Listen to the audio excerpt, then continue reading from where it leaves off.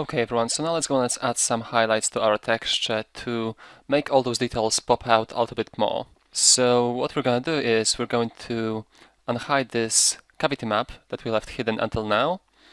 So let's do this. And now I'll go and change the blending mode of this layer to overlay. Okay, and now as you can see, we get a lot more detail and everything seems to be a lot sharper. But if I go and zoom in, you can see that the result looks very, very cartoony and all those highlights seem way too strong. So what we're going to do is we're going to mask them out, and for that we're going to use a photo. So first I'll go and I'll create an empty mask. Okay, and now let's browse the images we have. So let's maybe go with something very noisy. So I'll go with something like this. Let's open it. And now here I'm gonna simply press Ctrl A and Ctrl C to copy it. And now I'll simply go to channels. I will make this channel visible. And I'll simply press Ctrl V to paste it. And now we have this red overlay that allows us to preview our mask. So let's adjust it. Okay, now I'll go and hide this mask by clicking this icon. Alright. So now let's zoom in. And as you can see, our cavity map has a little bit of texture.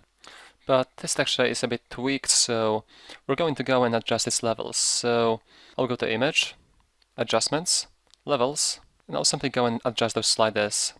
I'll drag this one. Now the bright tones. Let's adjust the fall off.